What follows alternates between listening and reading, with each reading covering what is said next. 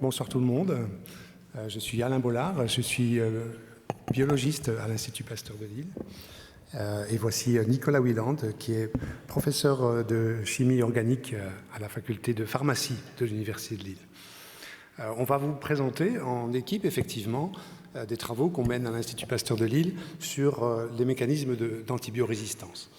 Alors vous avez effectivement certainement tous, ou presque tous, pris des antibiotiques dans votre vie et vous êtes bien au courant de cette problématique de l'antibiorésistance qui pose un gros problème aujourd'hui à la fois en France, mais vous allez le voir également dans le monde entier. Et ce qu'on va faire ici, c'est qu'on va vous illustrer le type de recherche qu'on fait à l'Institut.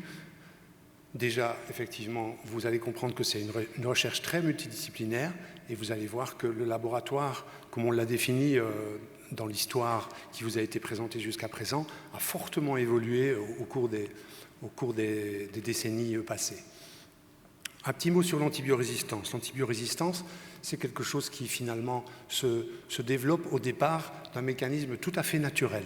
Pourquoi naturel? Eh bien, en réalité, ce que vous avez ici, ce qui est représenté, c'est une population de bactéries.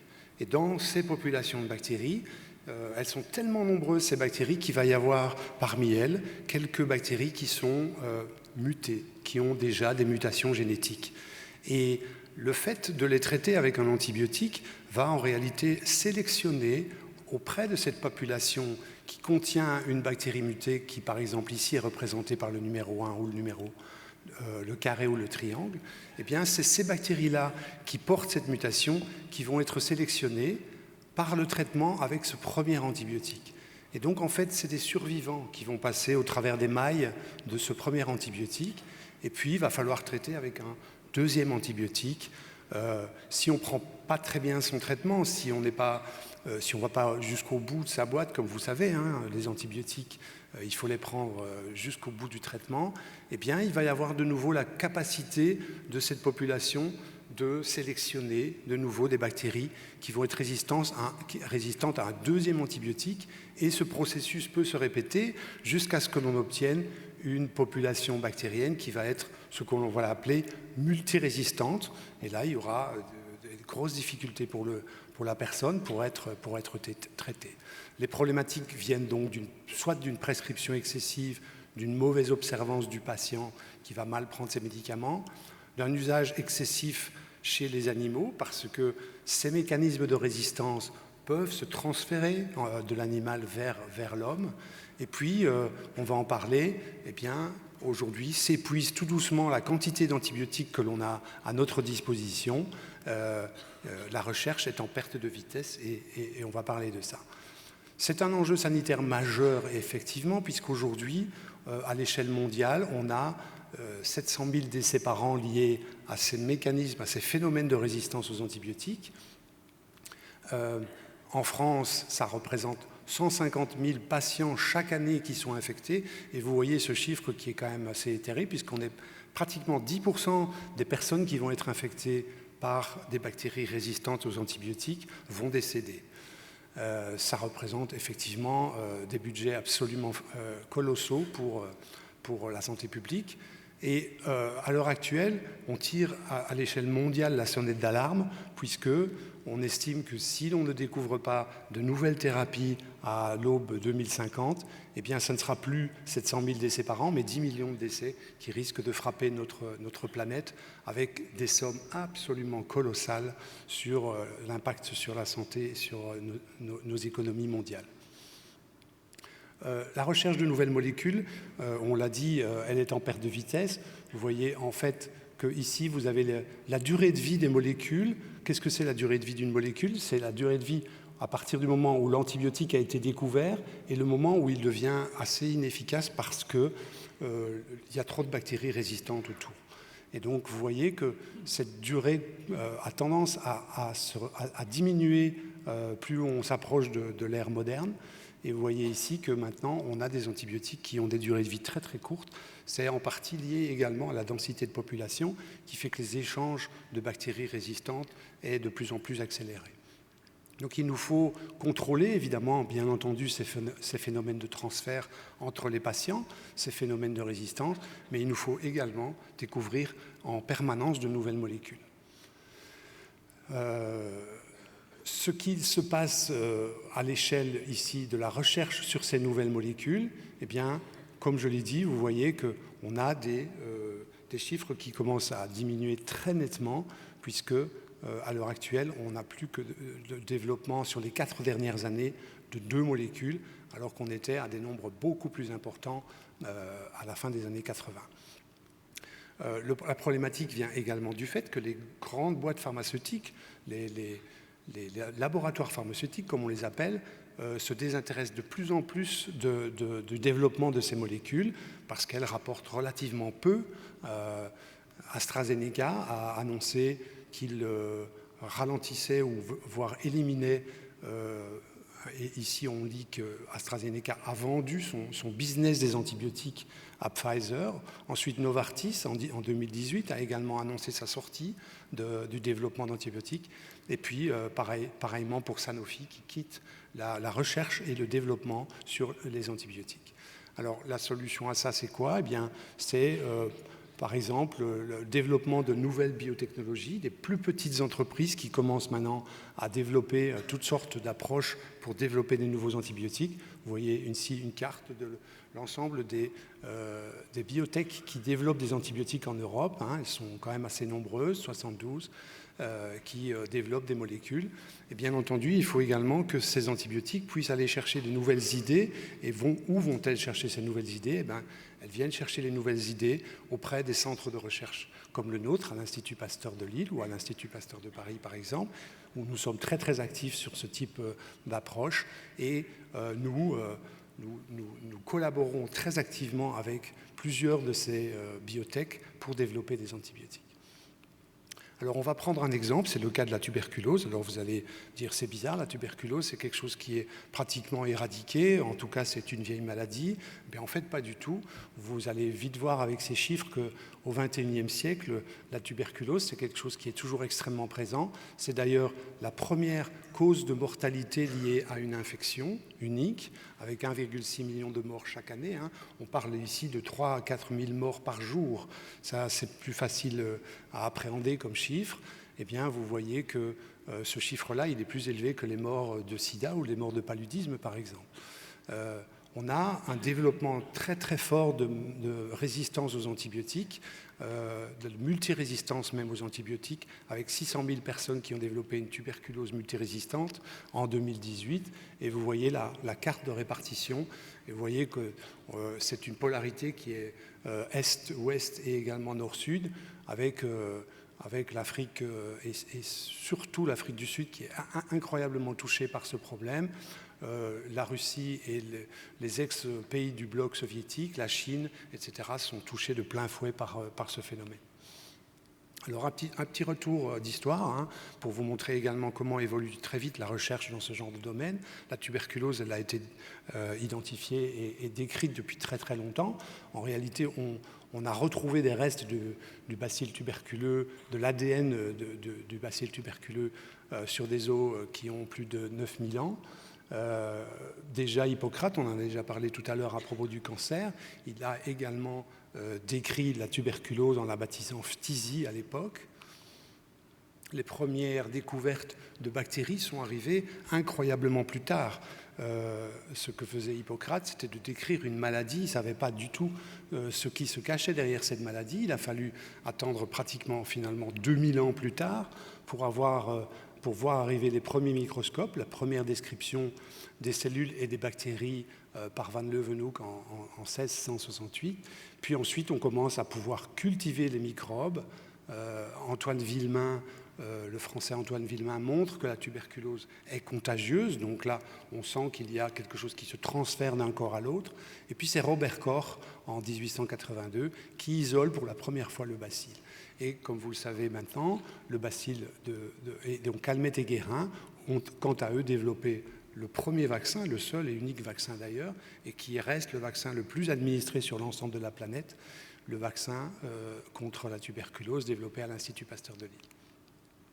Alors le laboratoire de l'époque, le laboratoire jusqu'il y a relativement peu de temps, ressemblait en gros à cette image d'Épinal qui était vraiment la réalité de l'époque. Finalement, un microscope, un moyen de stérilisation, quelques milieux de culture, des cobayes animaux, et le laboratoire suffisait. Le scientifique pouvait travailler quasiment seul ou avec ses collaborateurs à directe proximité. Aujourd'hui, les choses ont incroyablement changé. Quand on vous dit que nous faisons de la recherche à l'Institut Pasteur de Lille, c'est notre base, mais en réalité, c'est notre base de laquelle nous collaborons avec énormément de scientifiques locaux d'une part, mais également à l'international.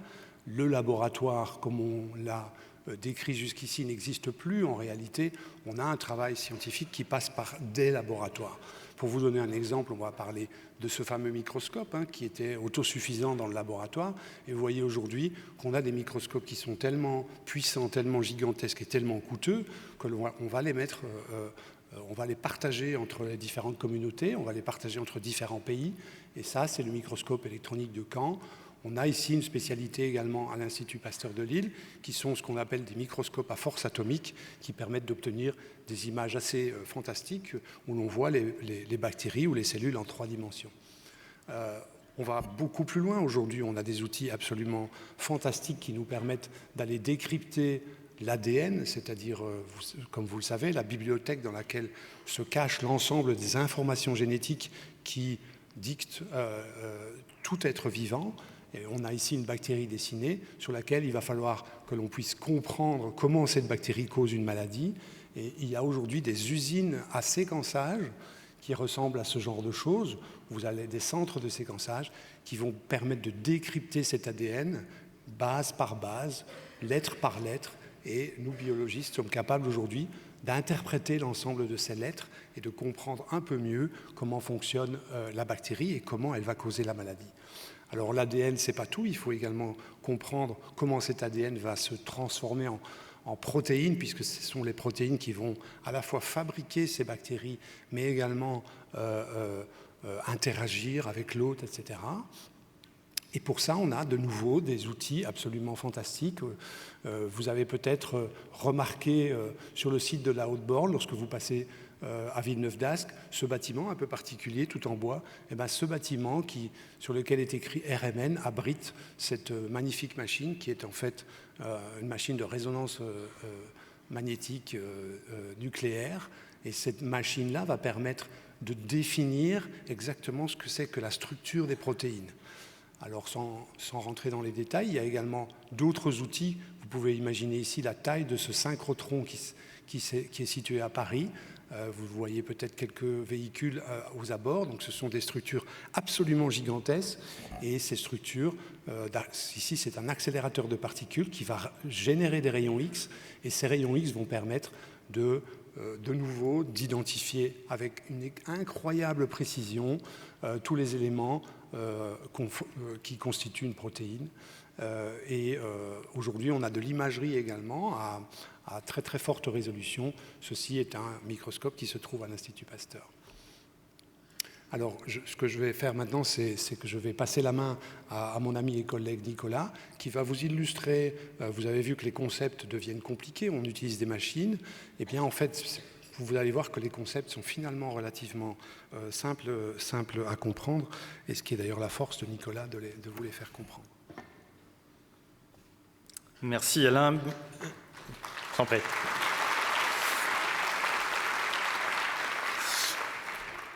Merci Alain. Je voudrais juste commencer par vous remercier pour votre présence, pour les dons que vous pouvez faire pour l'Institut Pasteur de Lille et puis pour l'aide que vous apportez pour effectuer toute cette recherche. Donc, comme vous l'a introduit Alain, donc on parle de tuberculose. Et donc, la tuberculose est une maladie infectieuse qui est liée à un pathogène, qui est lié à une mycobactérie, qui est Mycobacterium tuberculosis. Et aujourd'hui, l'une des armes donc, pour essayer de lutter contre cette bactérie et soigner ces infections, donc une des armes sont les antibiotiques. Alors, ils sont très particuliers pour le traitement de la tuberculose, ces antibiotiques, puisqu'en fait, ils sont inactifs quand ils sont administrés. Et ils vont arriver en fait dans la bactérie qui va finalement elle-même transformer ces composés qui sont bioactivés par des enzymes bactériennes. Et c'est le cas de l'éthionamide composé sur lequel on travaille. Donc la bactérie va transformer elles-mêmes ces composés et ils vont devenir toxiques pour elles. Donc bien évidemment, les bactéries ont évolué et ont trouvé des moyens de lutter contre ces facteurs. Et donc, l'idée ici de notre collaboration, c'est de trouver des projets qui vont reprogrammer la bactérie et qui vont permettre d'activer de nouvelles voies de bioactivation au sein même de la bactérie. Et si cette bactérie est résistante, eh bien, grâce à ces nouvelles voies de bioactivation qu'on vient d'allumer, eh bien, on va être capable de pouvoir lutter contre ces bactéries qu'on dit multirésistantes et même extrêmement résistantes. Donc le but, eh bien, c'est de développer une combinaison antibiotique et composé, c'est finalement de redonner vie à un antibiotique existant. Et le but, c'est aussi de pouvoir éventuellement diminuer les doses et puis surtout diminuer le temps de traitement, puisque le traitement de la tuberculose est de 6 mois et on administre aux patients jusqu'à 4 composés. Ça peut aller jusqu'à 2 ans et 5 composés quand on parle de tuberculose multirésistante. Alors, comment est-ce qu'on a pu démarrer ce projet ? Eh bien, on a pu démarrer ce projet à partir d'une protéine. Donc, vous voyez ici, vous avez la structure de cette protéine. Alors là, vous a parlé de RMN, de technologie très poussée pour justement pouvoir observer ces protéines comme vous pouvez le faire aujourd'hui et comme on peut le faire ensemble. Donc, cette protéine est un facteur de transcription et justement, ça marche un petit peu comme un interrupteur et c'est ça qui va engendrer eh bien, la mise en route de ces systèmes de bioactivation chez la bactérie. Donc l'idée, eh bien, finalement, c'était de pouvoir allumer ces interrupteurs dans la bactérie, de reprogrammer la bactérie, comme je vous l'ai dit. Et donc ce que l'on a réalisé, c'est un criblage. Donc à partir de la diversité de molécules que l'on peut avoir à l'Institut Pasteur de Lille, le but, c'était d'identifier la molécule qui pouvait rentrer dans le domaine de régulation de cette protéine que vous voyez ici, et donc comme un interrupteur, eh bien, venir activer la bioactivation de certaines enzymes au sein de la bactérie. Donc ça, bien, ce travail va débuter par le criblage donc, de molécules. Alors, on a une chance énorme de pouvoir avoir ici à l'Institut Pasteur de Lille une plateforme de criblage à haut débit, comme vous pouvez le voir ici, totalement robotisée, qui nous permet de cribler jusqu'à 2000 composés par jour. Et justement, bien, on a une chimiothèque également toujours ici en région de plus de 80 000 composés. Et donc, ben, le criblage sur bactéries de ces composés nous a permis d'identifier un premier composé, ce qu'on appelle une touche. Et à partir de cette touche, eh bien, démarre le programme d'optimisation de ces molécules. Donc, ben, le rôle du chimiste médicinal ici va être de jouer sur la position des atomes dans la structure, va être de rajouter des atomes au niveau d'une structure sur ce cycle aromatique par exemple ou sur cette chaîne, l'introduction d'atomes de fluor par exemple. Donc c'est vraiment à l'échelle atomique que l'on va pouvoir jouer sur la nature de la structure. Et ça, cet impact va avoir bien évidemment un impact sur l'activité, mais également sur les propriétés physico-chimiques du composé, sur ses propriétés pharmacocinétiques, et puis ben, ce qui est important, sur l'entrée dans la bactérie jusqu'à sa cible. Donc tout ce travail passe donc, par de la chimie de synthèse, de l'analyse des composés, et donc on arrive au final à une molécule qui vient, vous voyez, parfaitement se loger dans le domaine de régulation du facteur de transcription que l'on a cherché à cibler au départ. Alors, on en est aujourd'hui, et ce travail a démarré il y a maintenant 14 ans, on a démarré ce travail ensemble, et aujourd'hui, donc, on en est à l'identification d'une molécule qu'on appelle un candidat préclinique, donc qui s'est montré actif sur la cible, qui s'est montré actif sur la bactérie en présence de l'antibiotique à qui finalement on va donner une nouvelle vie, qui s'est montré actif également sur des isolats cliniques, donc provenant de patients atteints de tuberculose, et qui aujourd'hui a démontré qu'il avait toutes les propriétés pour être un candidat médicament. Et il se trouve que, eh bien, on a réussi à, en collaboration donc avec 2 partenaires industriels, Bioversis, dont vous a parlé Alain tout à l'heure, fait partie de la BIM-Alliance des biotech européennes, et en collaboration donc avec le laboratoire GlaxoSmithKline qui travaille encore dans la recherche de nouveaux antibiotiques, eh bien, on a aujourd'hui démarré donc, la recherche préclinique et on envisage donc la recherche clinique cette fois-ci au lit du patient pour 2020, donc à peu près premier semestre de 2020. Donc ce travail, bien évidemment, il est fait en collaboration avec, on vient de le dire, donc Bioversis GSK, avec nos différentes équipes, avec des financements, puisque arriver en phase clinique, eh bien, ça demande beaucoup de financement. Donc on a été fortement soutenu par la région, on a été soutenu par l'université, par l'INSERM et bien évidemment par l'Institut Pasteur de Lille. Et aujourd'hui, donc, on a réussi à décrocher un financement européen, IMI, de 6 millions d'euros, qui va nous permettre donc de finir les phases précliniques, de démarrer la phase 1. Et bien évidemment, dans les phases cliniques, il y a une phase 2, une phase 3. Et là, ça va demander, encore une fois, de retrouver des fonds pour pouvoir continuer le développement de ces composés. Donc on ne s'est pas arrêté là, hein. Il y a ce travail particulier sur les thionamides. On travaille maintenant sur d'autres antibiotiques. On cherche là aussi de nouveaux, on appelle ça des boosters, nouveaux boosters de ces antibiotiques, toujours pour la tuberculose. Et bien évidemment, on travaille désormais sur d'autres bactéries, sur des bactéries qu'on appelle gram positives, gram négatives, qui sont responsables des maladies nosocomiales. Et là, on cherche également de nouveaux antibiotiques avec de nouvelles approches. Voilà. Donc merci pour votre soutien et puis merci, tout simplement.